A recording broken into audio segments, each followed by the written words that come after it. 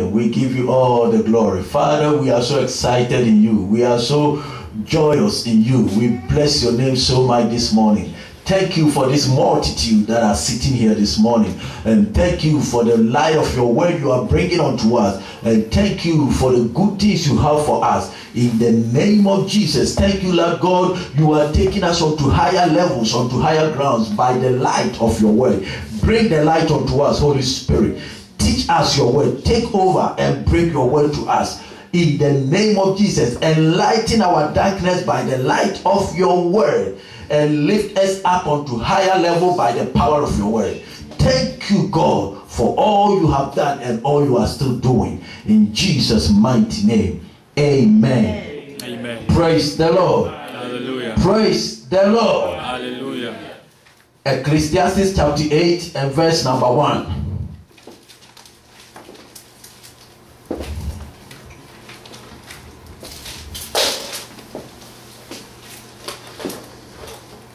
Who is as the wise man, and who knoweth the interpretation of a thing? A man's wisdom maketh his face to shine, and the boldness of his face shall be changed. Who is as the wise man, and who knoweth the interpretation of a thing? Praise the Lord. Hallelujah. Who is as the wise man, and who knoweth the interpretation of a thing? Church, it is the accurate interpretation of God's word that culminates into power and effect the positive change in your life. Until there is an interpretation, the Bible will be like a storybook. Are you understanding me? And so who is as the wise man? And who knoweth the interpretation of a thing? So it means that the wise man is the one that knows the interpretation. So when you know the interpretation, then the word is culminated into power. That is why they asked Jesus, why do you speak to them in parables? He says, so that they will hear, but they will not understand. For if they understand, then I have to heal them. Are you understanding me? And until there is an interpretation, you can't understand. And until you understand, God doesn't have to move. That is why the Ethiopian Enoch was reading the word of God. He was reading it all right. Are you understanding me? The Ethiopian Enoch was reading it all right, but he did not understand. Until the Spirit of God sent Philip. And Philip went there as an interpreter. And look at the question. Do you understand what you are reading? He said, how can I?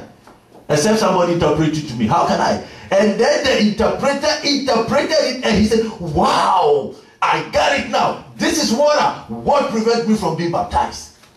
Now, if the interpreter had not joined him, he would have ridden past the water and nothing will occur to him.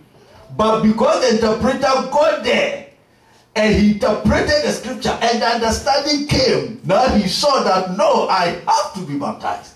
You understand? So the Bible says, who is as the wise man, and who knoweth the interpretation of a thing? Because when the interpretation comes, then the man's wisdom maketh his face to shine, and the boldness of his face shall change. When the interpretation of the word comes to you, it makes you wise, it makes you bold, because you now understand who you are. You understand that God is your defense. You understand that He's your security. You understand that He has endowed you with power and that put boldness in you. You are not faking it. You are not contemplating. You are not assuming. It is so real in you. So you walk in that boldness. And so who is as the wise man? And who knoweth the interpretation of a thing?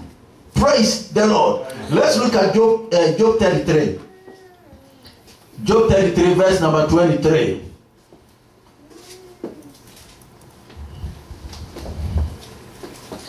If there be a messenger with him, an interpreter, one among 1,000, to show unto man his uprightness. To show unto man his uprightness. Now let's back up a little bit. Let's start from 20. So that his life abhorred bread, and his soul dated meat. His flesh is consumed away. that it cannot be seen, and his bones that were not seen stick out. Yea, his soul draweth near unto the grave, and his life to the destroyers. If there be a messenger with him, an interpreter, one among 1,000, to show unto man his uprightness. So if you read this account, somebody was dying, somebody was being tormented by the devil, somebody was being harassed from all angles. It was as if he was carrying the world on his head. Everything was messed up with him. His life was getting closer to the grave. It means that he was near to death. And God said, if there be a messenger, an interpreter. You see, sometimes you have to understand the principles of God's word. If there be a messenger with him, an interpreter, one among 1,000. So in other words, this guy is dying because there is nobody to interpret my words to him. There is nobody to show him. There is nobody to make him understand. And so he's dying. The devil is killing him. He goes to church all right, but his life is upside down. But if there is a messenger, somebody who is carrying the message of God and interpreting it, then he will be free. Are you getting the point? And the Bible says, an interpreter, one among 1,000. So God himself admits the fact that interpreters are few. We have preachers of the word of God, but interpreters of the word are not very many. So he said, one among 1,000. If he can come into contact with this interpreter, if he can come into contact with an interpreter, then he will be free. Because what will set him free is my word, but he cannot understand it. He cannot receive it. He cannot break it down. Like Paul told his son Timothy, study to show thyself approved, a workman that is not ashamed of the gospel, rightly dividing the word of truth. Rightly dividing. The rightly dividing is the interpretation. Rightly dividing. Until you can rightly divide, you can't see light. So if there be an interpreter, but today people might be going through this situation that this guy was in, and instead of finding a place where they will understand the word, a place where the word will be broken down for them to receive life, they are rather running after miracles. But if there is an interpreter and you understand the word, you will know that you yourself is a miracle. Praise God. Everything about you, miracles will follow you. Are you understanding me? Yesterday when I was meditating on something, the Spirit of God made me to understand something.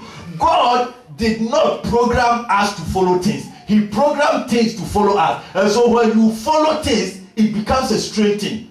That is why the things will run away from you. Because they are not programmed like that. They are only programmed to follow believers. That is why David said, surely goodness and mercy shall follow me.